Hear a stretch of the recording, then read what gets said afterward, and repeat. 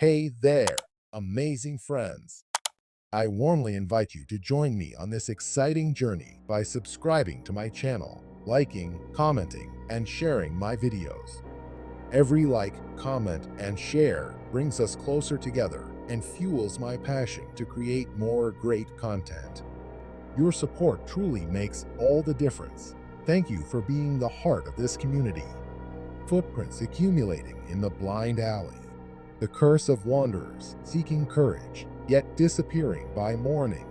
Darkness settles over the city like an old, heavy cloak, tattered at the edges, but still broad enough to smother the streets in silence.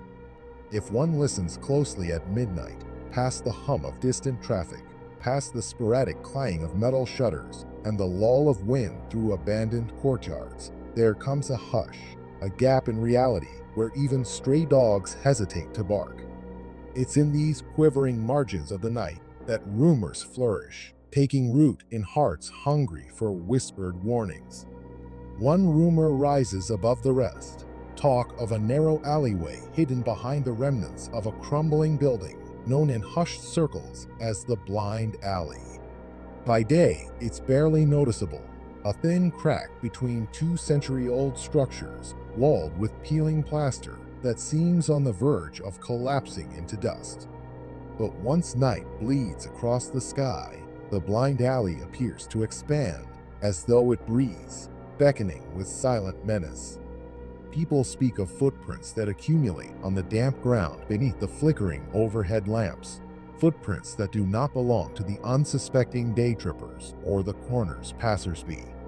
These footprints, they say, appear after midnight, pressed in overlapping confusion, meandering deeper into the recesses of the alley, and then vanishing into a blackness that swallows logic whole.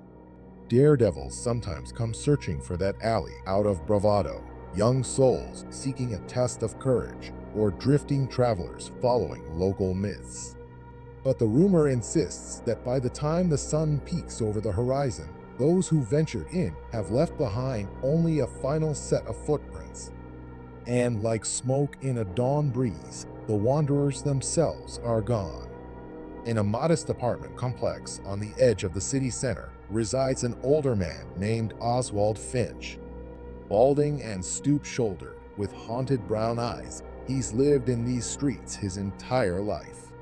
He's never set foot into the blind alley, but each time word of a new disappearance spreads, each time the city wards off another flurry of newspaper speculation, he sits by his warped kitchen table and stares at a dog-eared photograph from decades ago. It's a picture of him at 16, standing beside a friend whose grin was as bright as midday sun. That friend's name was Frederick. Frederick disappeared one cold February night when they were both young and bold and believed themselves immortal. His footprints led into the blind alley. They ended there, and no trace of Frederick was ever found again. No matter how often the alley is boarded up, or how many times local officials clamp condemned signs at the entrance, the planks get pried loose, the signage goes missing, and curious souls find their way into that suffocating darkness. They go seeking courage, or a rumor of ghosts, or a drunken notion of daring. Invariably, dawn yields only the meandering footprints across the wet ground, leading nowhere. Some footprints simply cease, halting abruptly, as though the owners had stepped off the face of the earth. Amid this quiet terror, the city continues to function. Buses trundle by, corner shops sell groceries, lovers meet in sidewalk cafes. But beneath the humdrum routine, an unspoken tension coils around the blind alley. Even day laborers, men with rough hands and shoulders, stoop from delivering crates, cross themselves, or murmur silent prayers while passing its brick mouth. Street cleaners refuse to enter. For them, it's not worth the wage to push a broom over cursed soil. Into this curious tapestry arrives a newcomer, a traveling photographer named Magdalena. She's an unassuming figure in her late 20s, with curly black hair tied in a colorful scarf and a camera forever slung around her neck. Wandering from region to region, she documents local legends and haunted places for her small but devoted audience online. She's encountered her share of uncanny stories, a forest rumored to devour compasses, a defunct asylum where breathy moans echoed in empty corridors. Yet, the rumors swirling about the blind alley carry a different weight. People vanish, no bodies found, no final screams, only footprints that vanish mid-step. Magdalena arrives in the city with little more than a battered suitcase and her camera gear. She rents a small room above a bakery, eager to explore the local lore. The bakery's owner, a stout woman named Carlotta, warns her with hushed urgency, "Stay clear of that alley at night. We lose enough fools already." No sense adding your name to that list. Carlotta's hand trembles slightly as she slides a room key across the counter. If you must photograph it, do it in the daytime. The alley is lifeless under the sun. But once dark arrives, Carlotta shudders, letting the words trail off. Magdalena only smiles politely, while inside, her heart thrums with anticipation.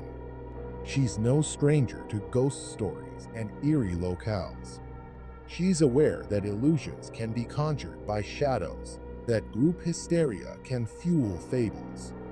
However, her approach has always been to find the kernel of truth behind local legends, some historical tragedy, some real danger disguised as supernatural malice. After all, what can truly lurk in a cracked alley that the rational mind cannot explain? That very afternoon, she meanders the twisting old streets until she locates the blind alley by day. It's underwhelming at first glance. Narrow walls of crumbling brick, a single overhead lamp long burned out, puddles left behind by a recent drizzle. Peeking in from the mouth of the alley, she sees the walls meet deeper in a cramped dead end. The entire stretch is maybe 15 meters. She steps carefully forward, clicking a photo here, noticing graffiti there. The odor of stagnant water and rot pricks her nostrils. Remnants of old boards lie discarded. Indeed, the city has tried to seal it off, but the boards have been forcibly removed. She half expects to find evidence of squatters, stray bedding, needles, graffiti curses. Instead, she finds a profound hush. No footprints, no rubbish, only the emptiness of day. She sets her camera on a tripod, snapping pictures of the flaking plaster overhead, the cracks in the pavement. She tries to see if any door or hidden alcove breaks the continuity of the walls, but it's all seamless, aside from some battered utility doors sealed with rusted locks. Everything is ordinary, dull. Yet a faint prickle at the back of her neck suggests otherwise. She can't quite place the tension that seems to hum through the alley like an invisible current of dread. It's akin to stepping into a hushed cathedral where each echo of her footstep resonates too loudly, demanding an explanation. She exhales, reminding herself she's a seeker of facts. Around midday, the gloom of the alley is briefly disrupted by the watery sunlight overhead. Magdalena notices that even in direct sunlight, the far corners remain dim, the shadows somehow thick. She's about to pack her gear when she hears someone clearing his throat near the entrance. She turns to see an older man with a slightly hunched posture, resting on a cane. He's perhaps in his late 60s, wearing a faded wool coat. His eyes are dark with caution. "You'd best not linger here," he says softly. "People who come for a look around might be tempted to come back at night." That's how it starts. Magdalena introduces herself politely. The man identifies himself as Oswald Finch. He used to live just blocks away. She offers him a polite smile, asking if he can share anything about the local rumors. Oswald hesitates, eyes flicking to the half-lowered lens of her camera. "Are you a journalist?" he asks. Magdalena explains she's more of a traveling documentarian, capturing images and stories of haunted folklore. She mentions the vanishings, hoping he might reveal details others keep hidden. Oswald's gaze lowers. I lost a friend here when I was just a boy. We'd heard so many dares about the alley that stepping in after midnight tested your courage, that if you could stand there until the bells rang at dawn, you'd become invincible. We were foolish. My friend never came out. I was too cowardly to follow him in once the darkness pooled around the bricks. Next morning, I found footprints leading far inside. They ended abruptly at the wall. He was simply gone. He grips his cane, knuckles whitening. All I know is the vanishings happen quietly. Sometimes you hear footsteps echoing in the night, a weird pattern that stops short. And by morning, only footprints remain, overlapping. So many pairs from so many times. Then the city tries to board it up again. The boards never stay. A hush. Magdalena senses real pain in Oswald's voice. This is more than a tourist rumor. She gently thanks him for sharing. He rubs his temple. You might want to do your piece about it, but don't let curiosity drag you inside at night. This alley feeds on wanderers, some curse, some ancient evil. Whatever you believe, it's nothing to toy with. That evening, Magdalena returns to her rented room. She reviews the day's photographs on her laptop. They reveal an unremarkable, dingy passage, yes, but she catches glimpses that unsettle her. An odd shape in the corner behind a pile of debris, something that might be a swirl in the plaster or maybe a faint silhouette. She can't be sure. Each time she zooms in, the resolution fails. She decides to do more research, rummaging for historical records or old newspaper clippings. She visits the local library just before closing, scouring archives. Indeed, scattered throughout the past century, mentions arise. Mysterious disappearance in alley, 1923. Sailor vanishes in City Alley, 1949. Teenage dare leads to grief, 1971. The pattern is consistent, always referencing footprints that remain after the vanishings. Over time, repeated attempts to wall off the blind alley, always undone. Midnight draws near, and her curiosity intensifies. She wonders if she might stand at the alley entrance, camera rolling, to catch any phenomenon. She's an experienced traveler, not easily spooked. But Oswald's warnings echo in her mind. So do Carlotta's anxious pleas. She decides to approach carefully. She packs a flashlight, a recording device, and her camera. If she can film from the threshold with no intention of stepping inside, perhaps that alone will yield a valuable perspective. After all, she reasons, the line between caution and discovery is razor thin. And so at 11:30, she sneaks from her room, leaving the city's lamppost-lit streets behind. The closer she gets to the blind alley, the more deserted the roads become. An eerie hush envelops the old quarter, the wind rustling scraps of paper across deserted sidewalks. The final block leading to the alley is unnervingly silent. Even the hum of distant cars recedes. She arrives, sees the mouth of the alley overshadowed by gloom. The overhead lamp near the entrance flickers feebly, as if it might die at any moment. She sets up her camera just outside the threshold, stands behind it, and hits record. The lens stares into blackness. Her heart pounds. Minutes pass. She listens, hearing only the faint ring in her own ears. Now and then, a random scuttle, perhaps a rat or a piece of trash shifting in the breeze. Midnight approaches. She can't see any footprints, but the ground is damp from an earlier drizzle. If anyone does walk in, footprints would appear easily. She checks her phone. 11:58 p.m. Then, from deep within the alley, she swears she hears a muffled scraping, like a soft shoe dragging on pavement. She peers into her camera's display. It's too dim to catch detail. She lifts her flashlight, but hesitates to flick it on. Her pulse thrums in her throat.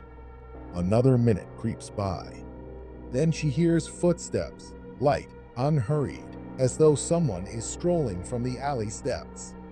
She can't see a silhouette, only the faintest suggestion of motion in the gloom. The hairs on her arms stand upright.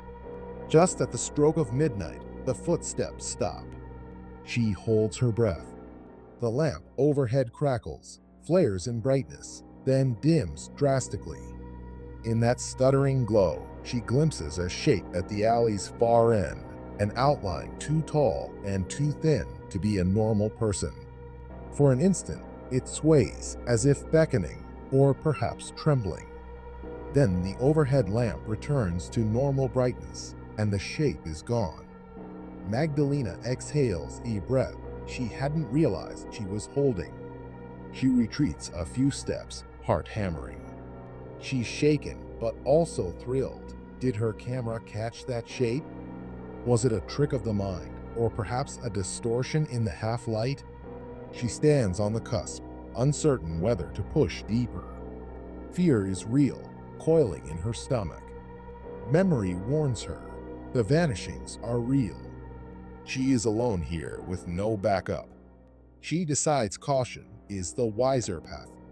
She packs up her equipment as swiftly as possible, casting anxious glances into the alley. No further movement.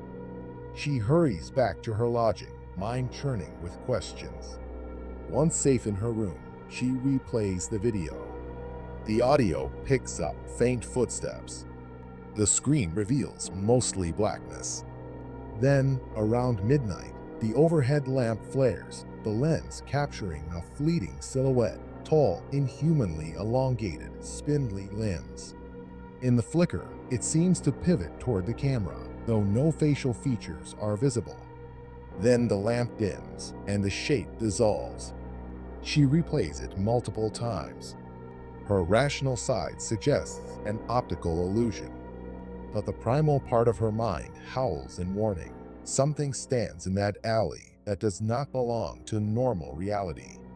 Sleep eludes her. She tosses and turns, her dreams swirling with images of footprints crisscrossing each other, trailing into oblivion.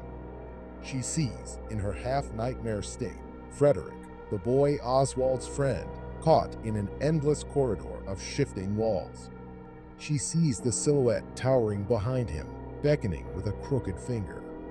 Then the dream dissolves into morning light. The next day, she seeks out Oswald, finding him near a small park feeding pigeons. She approaches, describing what she witnessed. He listens gravely, shoulders sagging.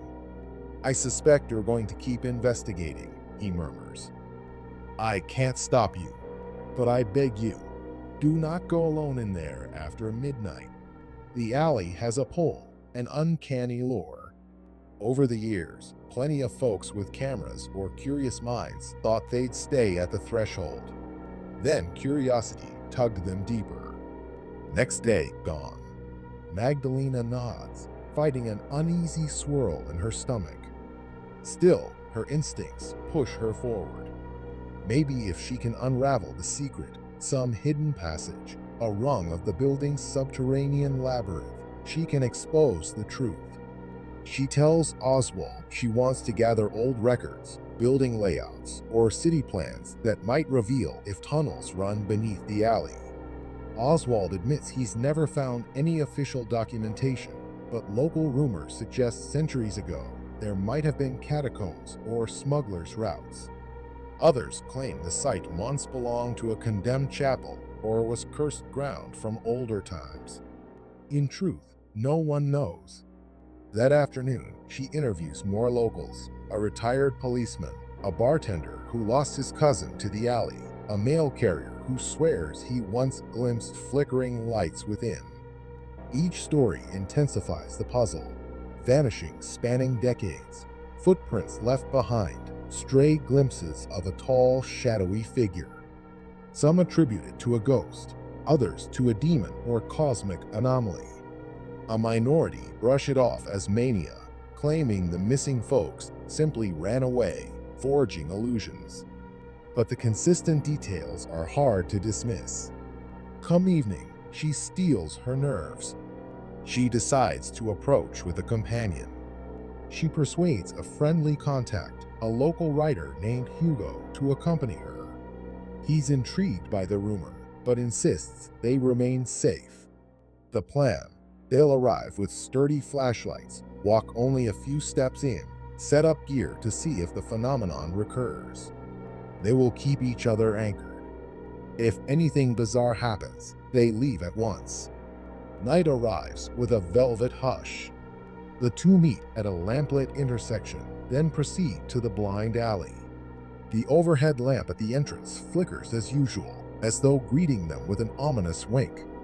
The city behind them feels eerily distant, and no passers-by roam these streets at this hour. They set up a pair of tripods, each with a camera. Then they step just inside the alley, maybe 5 steps from the mouth. The air is colder than outside, with a slight dampness that clings to their throats. The brick walls loom, glistening in the faint reflection of the overhead lamp. Midnight creeps closer. They whisper in hushed tones, adrenaline coursing. Hugo checks his watch, 11:57 p.m. The city's clock tower chimes faintly in the distance. Shadows stretch around them. They watch their own breath swirl in the chill. Then at 11:59, the overhead lamp stutters, as if uncertain whether to remain lit. A sour smell seeps from deeper within, like decaying leaves and rancid water. At the stroke of midnight, footsteps echo from the far wall. But there's no figure, just the hollow click of soles on wet pavement. The camera's record. Hugo shines his flashlight, but the beam only penetrates so far. Then, in the gloom, they see footprints forming on the damp ground. No person is visible to create them, yet fresh indentations appear, one step at a time, heading toward them. The sight is so impossible that Magdalena feels her stomach lurch. She captures it on film with trembling hands. Hugo stands transfixed, breath ragged. The footprints approach within a few meters. The overhead lamp flickers madly. Then, as if crossing some invisible threshold, they vanish mid-stride, leaving behind only half-formed impressions. For a moment, absolute stillness. Then a scraping sound behind them, like nails across brick. They whip around, shining the flashlight onto the side wall. Nothing but brick. The alley's mouth is behind them, still open, beckoning them to flee. They stand in tense confusion. Suddenly, a shape flickers at the corner of their vision, tall, spindly-limbed. Hugo gasps, stumbling backward. Magdalena catches a glimpse of a pallid outline with elongated arms, an almost humanoid silhouette that defies proportion. It flickers in and out of clarity, as if half submerged in watery darkness. Her heart pounds like a drum. She can't will her limbs to run. Then it's gone, dissolving into the gloom. The overhead lamp stabilizes, and all is quiet once more. She and Hugo exchange wide-eyed stares. Without a word, they scramble for the mouth of the alley, knocking over a tripod in their haste. They tumble back onto the sidewalk, panting. The overhead lamp returns to its normal glow, as though mocking them. The footprints remain in the alley, wet depressions that lead nowhere. They retrieve their gear with shaky hands, deciding they have enough. Enough for a lifetime. In the safety of Hugo's flat, they replay the footage. The images are startling. Crisp shots of footprints appearing from empty air, half a dozen steps. Then a swirling distortion, like a ripple in the lens. For a fraction of a second, a tall, contorted figure intrudes on the frame. If anything, it's even more horrifying in freeze frame, limbs too skinny, face overshadowed by the gloom, posture that suggests a brittle half-step from our reality. Wordlessly, they realize the blind alley houses something outside rational explanation. Hugo proposes sharing the footage widely, exposing the horror so that no more souls vanish. But a pang of guilt hits Magdalena. She recalls the city's attempts to board up the alley, the official hush that descends after each disappearance. People might label it a hoax, or skeptics will come flocking for proof, risking their lives. She's torn between the desire to protect the unsuspecting and the responsibility to reveal truth. They vow to consult Oswald, seeking his guidance. Next morning, they find him seated on a bench near his apartment. He listens gravely to their account. I'm not surprised. Many times, people have encountered these glimpses, but the vanishings continue. The entity or force or curse, whatever dwells there, feeds on curiosity and fear. He rubs his arthritic knuckles. If you release that video, maybe some will heed the warning, but others might see it as a dare. We cannot predict the cost in human lives. Magdalena deflates. Her quest for answers has only deepened the puzzle, intensifying her sense of responsibility. She wonders if there is a way to break the curse, some ritual or exorcism. She's heard of haunted places being cleansed.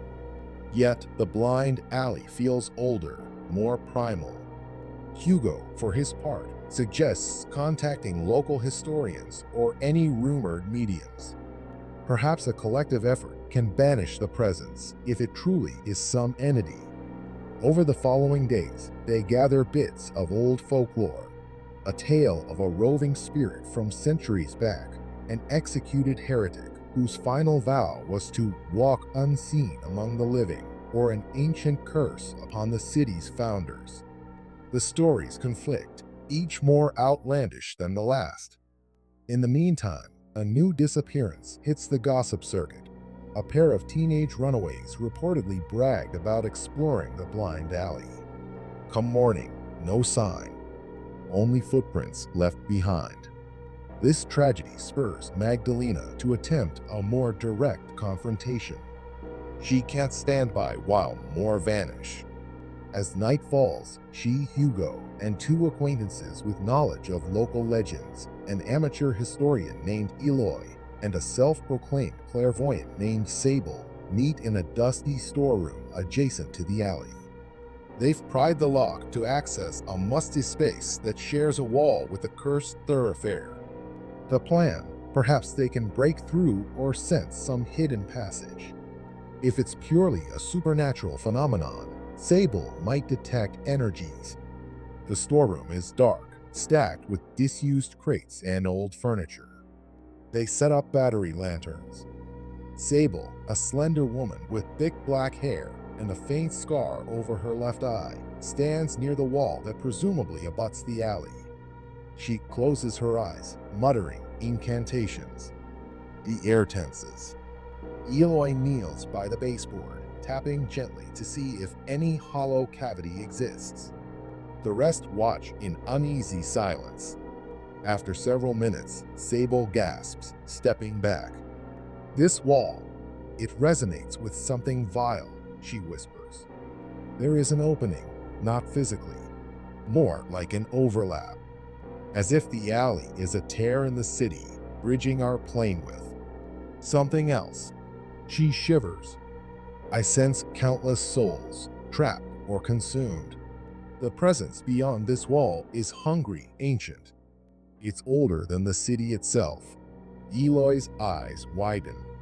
If that's true, we can't just break through with hammers. This is not about architecture. He rummages in his bag, pulling out old references to archaic rituals, protective symbols. We might try a ceiling rite, something to anchor the boundary. The main challenge is to do it from inside the alley, I suspect. The mention of stepping inside makes everyone recoil. They recall the footprints forming from nothing, that flickering shape. But if they do nothing, more vanish. And perhaps the blind alley's hunger grows. With resolve, they decide on a plan. Near midnight, the four will quietly enter the alley to perform a protective rite. They'll carry protective charms, recite incantations gleaned from old texts. They pray it might sever the link that grants this entity dominion over hapless visitors. The night arrives with a hush reminiscent of a beast holding its breath. They gather at the alley's mouth, each wearing a small amulet blessed by Sable's incantations. Eloy clutches a book of cryptic passages, half in Latin, half in an older script. Hugo has a portable camera. Magdalena stands near the front, forcing her trembling limbs to remain firm. The overhead lamp flickers, as always. Stepping inside, they proceed a few meters. The air is stagnant, thick with foreboding. The ground is moist, bearing muddy footprints from the day's drizzle. They see distinct footprints, some fresh, some older, imprinted in layers, forming a confusing labyrinth of partial steps. The group sets down candles at intervals, forming a small circle. Sable kneels at the center, chanting softly, while Eloy prepares to read from the battered book. Midnight looms. The overhead lamp sputters, sinking them into strobing twilight. The temperature drops. Their breath mists in front of them. The chanting grows in volume, Sable's voice trembling yet determined. Eloy recites lines from the old script, phrases about binding the hungry shadow, restricting its passage, severing cords that anchor it to mortal footsteps. The stone walls seem to groan, or perhaps it's the wind rattling the battered bricks. As the final stroke of midnight arrives, the group hears a distant wail like wind through a canyon. But there is no breeze. The alley stirs. The overhead lamp flares bright, then goes dark entirely. They stand illuminated only by candlelight. The footprints scattered around begin to shift, like the ground itself is rearranging them, swirling. Fear spines up their backs. A low growl emanates from the far end of the alley, or maybe from the walls themselves. Sable's voice falters, but she pushes on, raising a small talisman. Eloy shouts the final words of the incantation. For a heartbeat, nothing. Then a violent blast of wind surges from deeper inside. It snuffs their candles, topples Hugo onto his side. Magdalena clutches the amulet around her neck. The darkness is absolute. She can't see her companions, but she hears their panicked gasps. A shape flickers in the gloom, tall, slender, arms outstretched. She glimpses it leaning over Sable, who is still chanting in a shaky hush. The shape's limbs stretch as though made of smoke. Sable shrieks once, high and piercing. Then the wind ceases. Heavy silence. The overhead lamp sputters back to life, revealing the group. Sable is on her knees, panting, the talisman clutched tight. The silhouette is gone. Eloy is sprawled. Hugo scrambles to his feet, aiming the camera in all directions. They wait, hearts hammering, for some sign the rite succeeded or failed. The alley remains oppressive, but the swirling footprints have stilled, the ground strangely empty. Sable manages to stand, tears on her cheeks. I felt it recoil, she whispers. We heard it, but it's not destroyed. The connection is old, layered with centuries of fear. We might have closed off part of its feeding. But to truly seal this alley, we need more than one night's ritual. Possibly the entire city's cooperation. A wave of hopelessness washes over them. The entity they confronted is powerful, not easily banished by a single reading. Even so, the air feels less charged. The overhead lamp remains dim but steady. They shuffle out, drained, guiding each other back to the open street. No one speaks for a long while. It's nearly 2 a.m. by the time they part ways, each consumed with turmoil. In her cramped room, Magdalena wonders if they accomplished anything. She recalls the swirling footprints, the monstrous silhouette looming over Sable. She's never felt so close to a raw, supernatural force, and she's uncertain if their partial success might enrage the presence, prompting more vicious retaliation. She obtains her answer the next afternoon. Word spreads that someone saw luminous orbs floating in the alley at dawn, then vanishing. No new footprints appeared, no vanishings reported. A short-lived calm, or so it seems. People remain uneasy. Some say they sense a shift in the atmosphere around the old quarter. Carlotta, the bakery owner, claims she slept more peacefully, though she can't explain why. Yet, as days pass, a new tension emerges. Rainfall one evening is accompanied by frantic dog howls. Locals awake to find a single set of footprints in the alley, leading from the entrance to the far wall, accompanied by deep gouges on the bricks, as though massive claws raked across them. No one is missing, but the message is clear. The entity remains, defiant.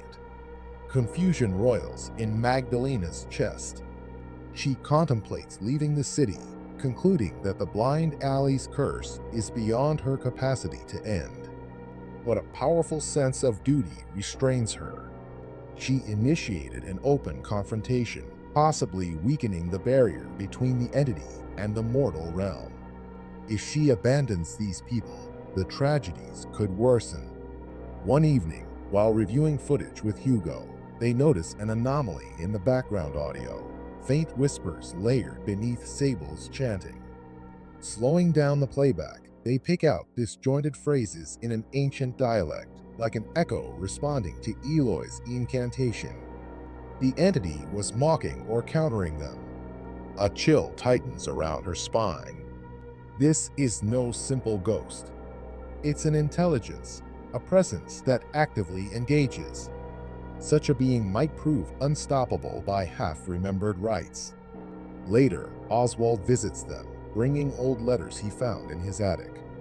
They once belonged to Frederick's grandfather, who wrote about an unsettling presence in that alley even back in the 1890s. The letters refer to a sequence of moonlit footprints and a devourer of the midnight hour. One passage stands out. Only by confronting the devourer in its seat of power, guiding it back to the realm of shades, can the living be freed.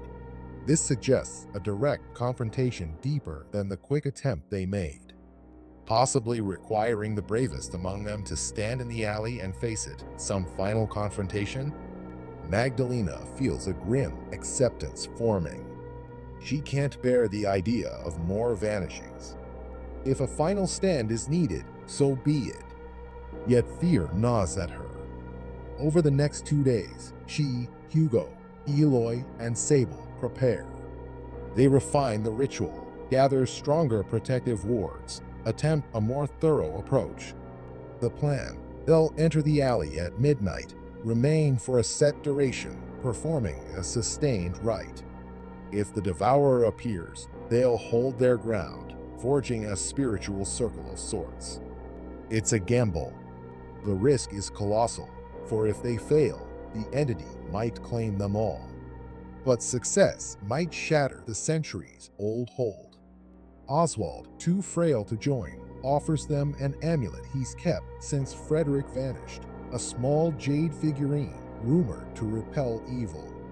He places it in Magdalena's hand. "Please end this nightmare.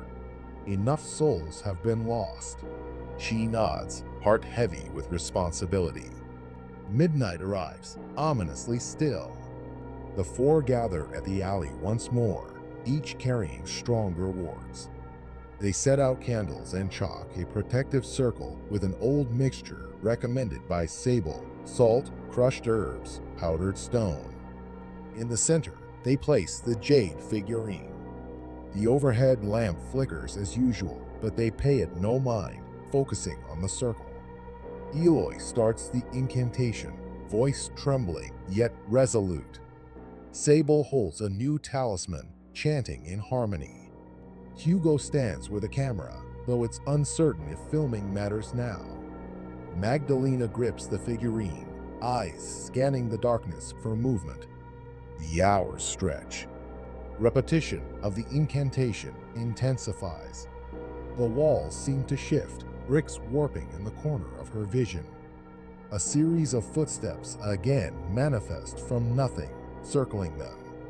This time, the footprints are rapid, frantic, a pattern that suggests agitation.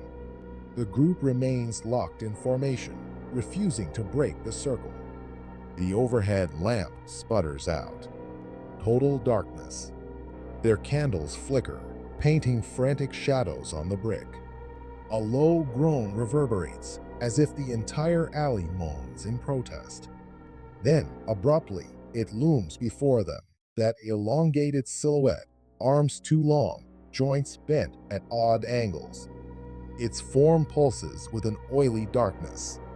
No face is visible, only a swirl of emptiness where a visage should be. The group's chanting falters as raw fear crushes their lungs. The devourer stands inches from the chalk line, outstretching a limb that ends in spidery digits.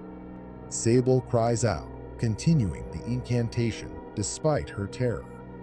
The entity hovers, blackness swirling around its shape, as if deciding how to strike. Eloy's voice cracks as he recites the final binding phrase.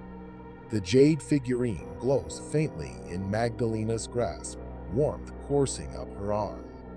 She musters the courage to hold it toward the devourer. In that moment, it lunges forward, passing the boundary. An eruption of force knocks them all to their knees. The ground shakes, footprints swirling around in chaotic patterns. The devourer's elongated arm swipes at Sable, who shrieks, but a flash of light from the jade wards it off. Magdalena summons her last shred of determination, pressing the figurine forward, shouting words of banishment Eloy fed her. The devourer recoils, thrashing. The swirling darkness intensifies. She feels the bricks underfoot quake, as if the alley itself is twisting in defiance. Hugo tries to steady the camera, but is thrown aside. Eloy repeats the lines. Sable clutches her talisman, and together they channel what meager power they can from these ancient rites. With a piercing wail that sets their ears ringing, the devourer's silhouette contorts, collapsing inward. The swirling footprints freeze, dissolving into the ground. A hideous stench pervades the air. The alley flickers with an unearthly glow that outlines every crack in the brick. Then, in a rush of wind, the devourer vanishes into the gloom, leaving behind a resonating silence. The overhead lamp crackles back to life, shining with unexpected clarity. The group remains locked in place, hearts pounding. Eventually, they realize the alley stands empty. The wet ground is smooth, as if newly washed, with no footprints. Not even their own. They exhale collectively, bodies trembling with exhaustion, relief, and confusion. Did they truly banish it? Or did it slip away, merely biding time? In a daze, they exit, leaving the overhead lamp flickering behind them. For the first time in perhaps centuries, the blind alley feels free of the crushing dread that once choked it. Daylight arrives with new calm, and no fresh vanishings occur. Over the weeks to follow, watchers see no footprints accumulate. Some attempt to spend the night in the alley as a dare, returning at dawn safe and confused. The city boards up the entrance once more, but in a half-hearted way, as though the spirit fueling the place's malevolence has receded. Magdalena, Sable, Eloy, and Hugo quietly share the evidence, the final footage capturing that swirling darkness, the glimpses of the devourer, and the culminating flash. They wonder if they should broadcast it widely or let it rest. Ultimately, they choose to release a carefully edited version, primarily to caution others about the truths lurking in legends. The city's official stance remains neutral. Curious onlookers might roll their eyes, but for the locals who lost loved ones, any sense of closure is welcome. Oswald Finch, hearing the news, visits the alley one last time.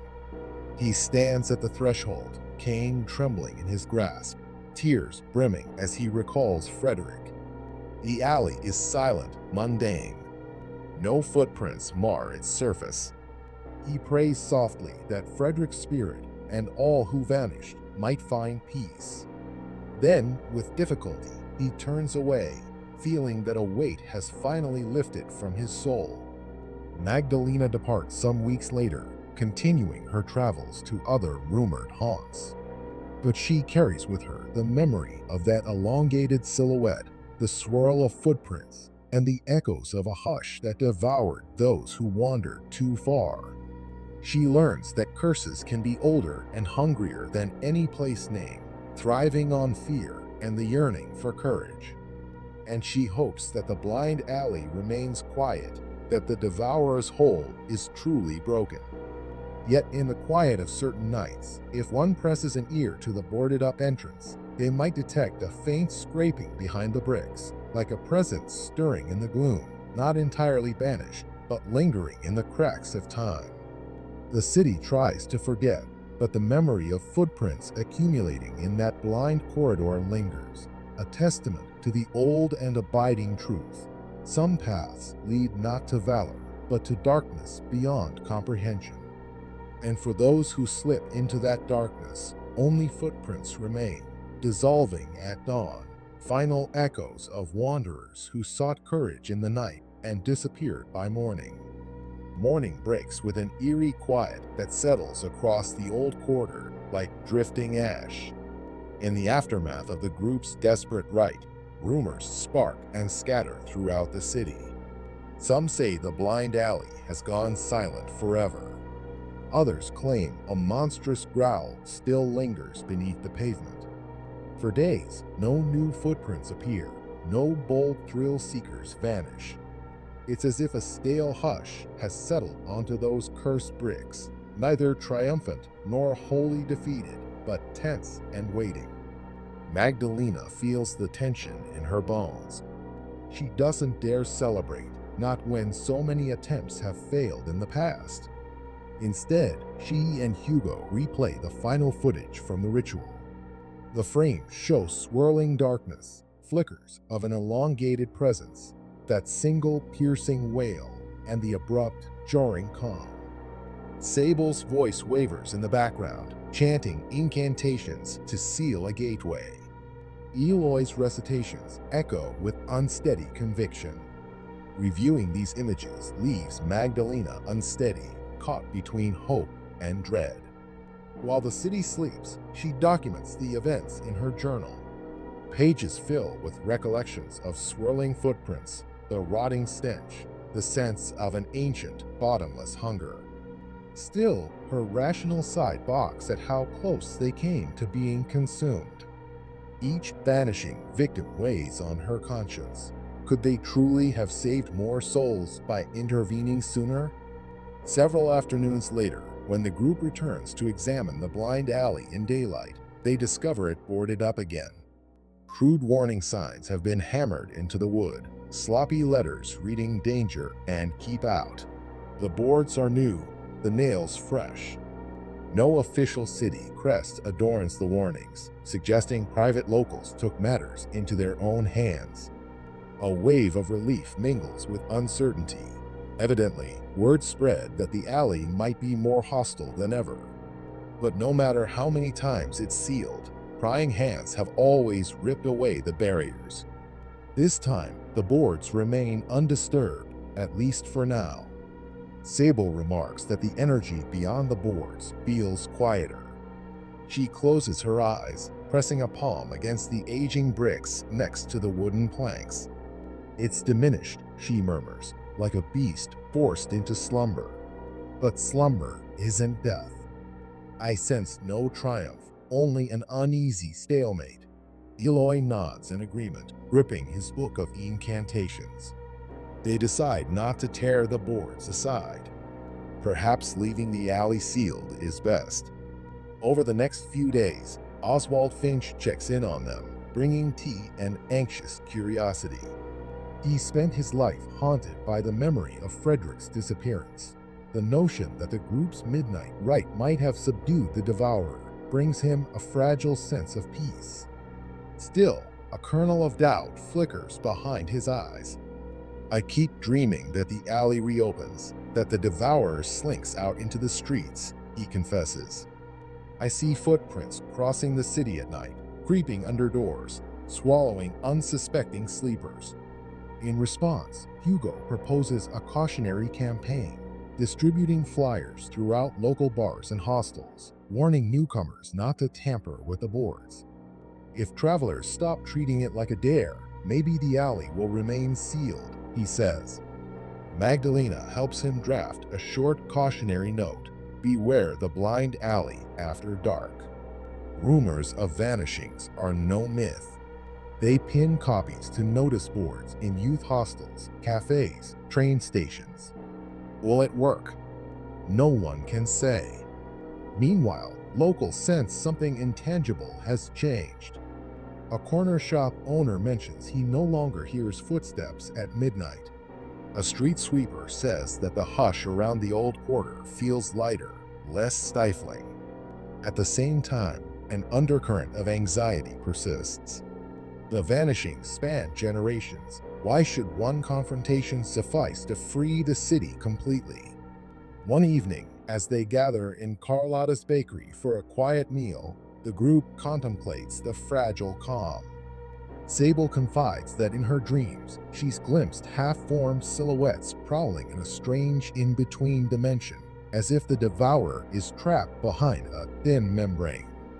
Eloy suspects the alley may revert to its cursed state should someone deliberately unravel the wards by re-entering in darkness.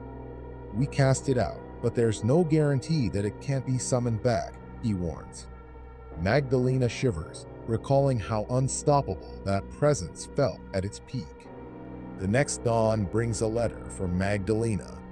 The envelope is unmarked, slipped under her door in the early hours.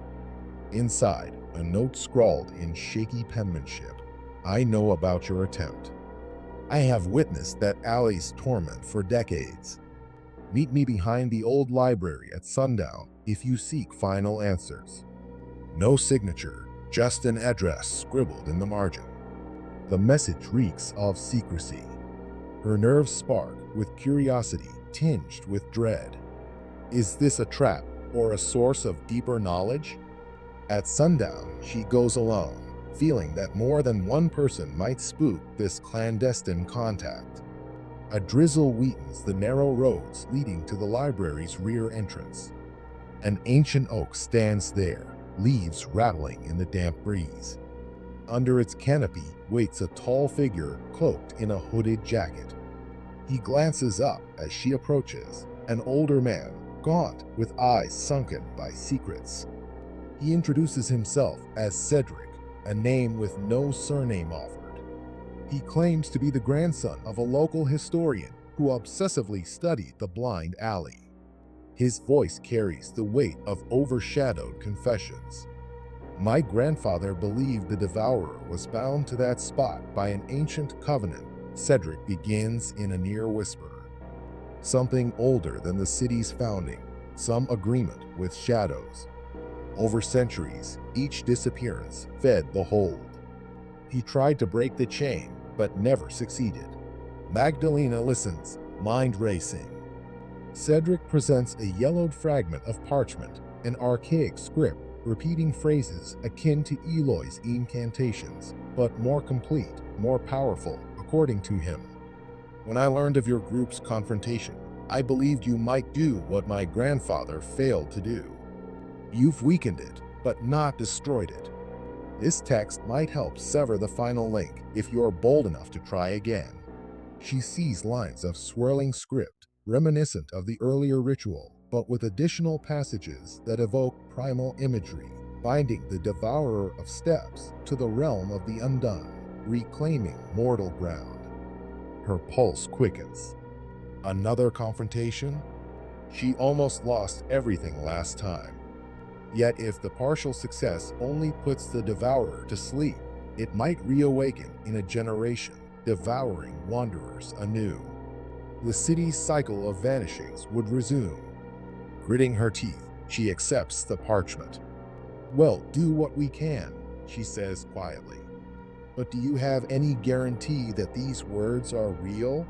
Or is it just some old superstition?" Cedric's eyes flicker with something like sorrow. "Guarantee? No, but my grandfather believed. He died attempting a lesser version of the ritual alone. Don't repeat his mistake. Bring your allies. And do it soon, while the devourer's hold is weak." He slips away into the twilight, leaving her clutching that brittle scrap of parchment. That night, the group reconvenes in Carlotta's bakery after closing. They pore over the scrawled text by lantern light, deciphering archaic lines that echo their previous incantation, but delve deeper. Eloy's brow furrows. This references forging a permanent boundary, a vow etched into the mortar of the alley. It requires an anchor, a living volunteer who remains at the site until daybreak, reciting a guardian pledge. Sable pales. That volunteer effectively becomes a living seal. Are we sure it's safe? The instructions describe a single participant stands at the center of the blind alley from midnight to dawn, wearing the protective wards. The rest must remain outside, reinforcing the boundaries with salted lines, ensuring no malevolent entity can escape. The devourer may try to lure or attack, but if the volunteer endures until the first sunbeam hits the alley, the passage will close forever. An uneasy hush follows. This is not a group incantation. Only one soul can anchor the vow. Who among them can handle that risk alone? Each weighs the responsibility. Hugo, unnerved by the last encounter, hesitates. Eloy's face blanches. Sable, already shaken, quietly admits her power is better suited to maintaining the circle from outside. All eyes drift to Magdalena, who stands stunned by the unspoken implication. She's the impetus behind this entire exploration, the one who pushed them further than caution dictated. If not her, who? She exhales, resolve hardening in her chest. "I started this. I'll see it through. We can't leave it half-finished." The others protest, worried she's sacrificing herself needlessly. But she insists. Oswald, once told of the plan, begs her to reconsider. Yet she can't ignore the gravity of the letters, the testimonies. If they can break this chain for good, perhaps they'll free the countless souls lost to that devourer, perhaps even Frederick. With somber acceptance, the group sets the plan for the following night. They gather their wards, reinforce the spells. The alley remains boarded, but they will have to remove enough planks to step inside. Once midnight strikes, Magdalena will stand at the dead end, the protective script pinned to her chest, reciting the vow under her breath. The others, outside, will hold a circle of salt and incantations, ensuring the devourer cannot slip away. So the final night arrives. Clouds obscure the moon, casting the old quarter into deeper shadow. They tear aside part of the boards, just wide enough for Magdalena to slip through. She enters, alone, heart hammering. The dank smell makes her skin crawl. By flashlight, she positions herself at the far end, pressing her back to the cold bricks. She can almost feel an ancient pulse behind them. The overhead lamp flickers outside, faintly illuminating the gloom. Through a gap in the boards, she glimpses the shapes of Sable, Eloy, and Hugo, each at a corner, chanting in low voices. Beyond them, Oswald stands watch, cane trembling. Midnight approaches. She clutches the parchment lines, breathing shallowly. The vow calls for her to speak repetitively, forging a protective claim on the alley until dawn. She begins chanting in a steady undertone, shaping words from an older language. The air grows chilly. The bricks at her back seem to twitch. She intensifies the chant, each syllable an anchor. If she falters, the devourer may slip in. Seconds after midnight strikes, the overhead lamp sputters, blanketing the alley in near darkness. The words on the parchment glow faintly, guiding her eyes. She steels herself. A dread-laden hush smothers the space. Then footsteps begin, familiar, echoing from the alley's midpoint. She can't see the entity, but she knows it's there. She keeps chanting, hugging the vow to her chest. The footsteps approach. Indentations appear on the wet ground. She glimpses them in the dim flicker from the boarded entrance. Outside, her friends continue reciting their protective circle. She feels their presence like a trembling line of defense. The devourer's shape materializes, congealing out of the gloom. Elongated arms, an impossible silhouette. Her heart lurches, but she keeps chanting, voice cracking. The entity stops a meter away, towering over her. Its presence radiates a hunger that churns her insides. It leans forward, a featureless head cocked in an almost curious angle. She can smell decay, a stench so vile it waters her eyes. Her voice threatens to break. The devourer raises a spindly arm as though to seize her. She forces the vow out, word by trembling word.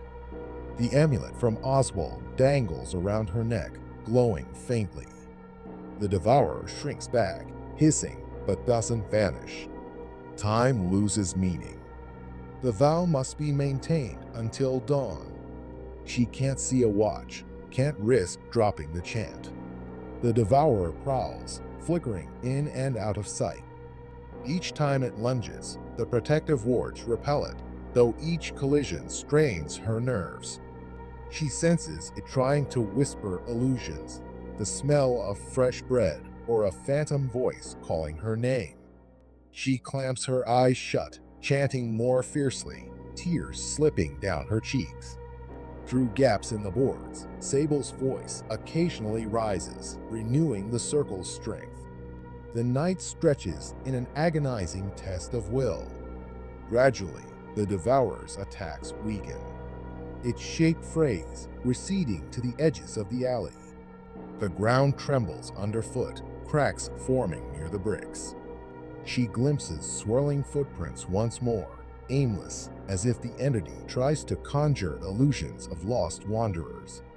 But her chant persists, unwavering. She recites until her throat is raw. Each time the devourer attempts a final push, the wards flash, driving it back.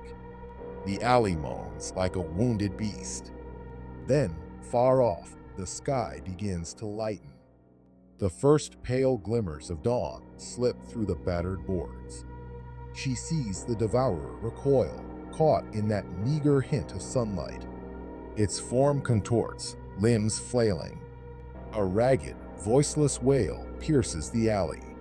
The footsteps swirl once more, then fade, leaving the ground unmarked. As the sun crests the horizon, beams slice across the bricks, illuminating the entire corridor. The devourer's silhouette dissolves like black mist, funneling into the crevices, gone without a trace.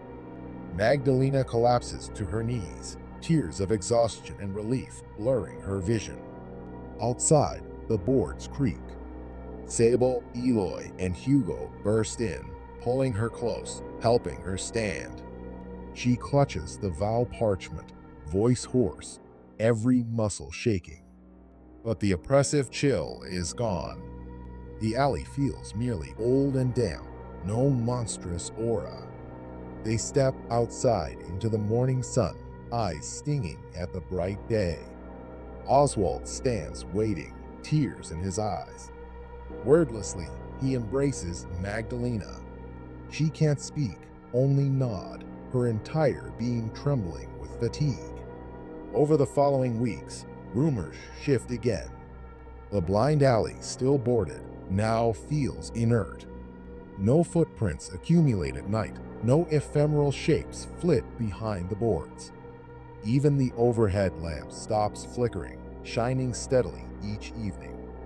Locals sense that the centuries-old presence has been banished at last. Oswald musters the courage to remove one plank by day, stepping inside for a final inspection. He finds only rubble, a few cracks. Nothing stirs. For the first time in his life, he feels closure. Frederick's memory no longer torments him with unanswered questions. The devourer's hold is gone.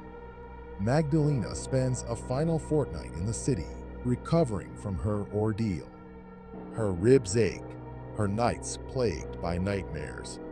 But each dawn reassures her she survived, and the devourer did not. Sable departs quietly, her role fulfilled, leaving a note wishing them well. Eloy organizes a discreet gathering of those who lost family to the alley, sharing heartfelt condolences. Some bring old photographs, lighting candles to honor the vanished souls. Perhaps they rest easier now, freed from that swirling gloom. In time, Carlotta's bakery becomes a quiet hub for reflection. People drift in, exchanging stories about near misses in the old quarter. Carlotta's relief is palpable. No more vanishings hamper her evenings. She gifts Magdalena a small pastry shaped like a labyrinth, a gentle nod to the trials endured. Hugo, finishing his last batch of cautionary flyers, wonders if the alley can be reopened safely someday, turned into a simple brick thoroughfare. But the city officials decide to keep it sealed, at least for the foreseeable future. Some scars aren't meant to be casually revisited. Eventually, Magdalena prepares to continue her travels. She boards a train at dawn, camera bag in tow, fresh bandages on her soul. Hugo, Eloy, and Oswald come to see her off, each expressing gratitude in their own quiet way.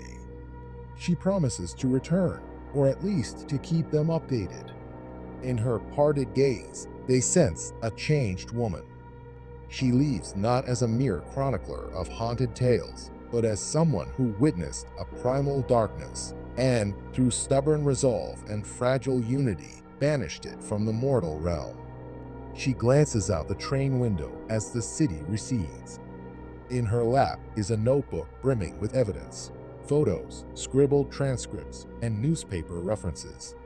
She could publish it widely, another sensational scoop. But the deeper sense in her heart says some secrets need gentle handling. Perhaps she'll craft a quiet documentary that warns about the blind alley's curse, praising the courage of locals who fought back. Or maybe she'll guard the details, letting the city heal in peace. Distant church bells ring the hour. She imagines the blind alley in the sunshine, boarded but no longer menacing, just another quiet corner in a sprawling metropolis. Its devourer cast out, footprints no longer accumulating in the gloom. Lives no longer stolen by mourning. Her chest tightens with sorrow for the lost, but also with hope for the living. Her train slips beyond the outskirts, forging onward. Rays of dawn streak across the landscape. She inhales, closes her eyes, and whispers a final prayer for Frederick and all the vanished wanderers. The city behind her stands changed, a place where, after decades, the curse's grip has finally broken. Perhaps it will become a city of normal nights again, free of swirling footprints and eerie silhouettes. And Magdalena's journey, forging further into the unknown, continues with a renewed sense of purpose. Sometimes, confronting the darkest horrors can spark the faintest glimmer of courage. The courage not to vanish, but to return bearing truth and compassion, lighting a path for those who fear the shadows of midnight.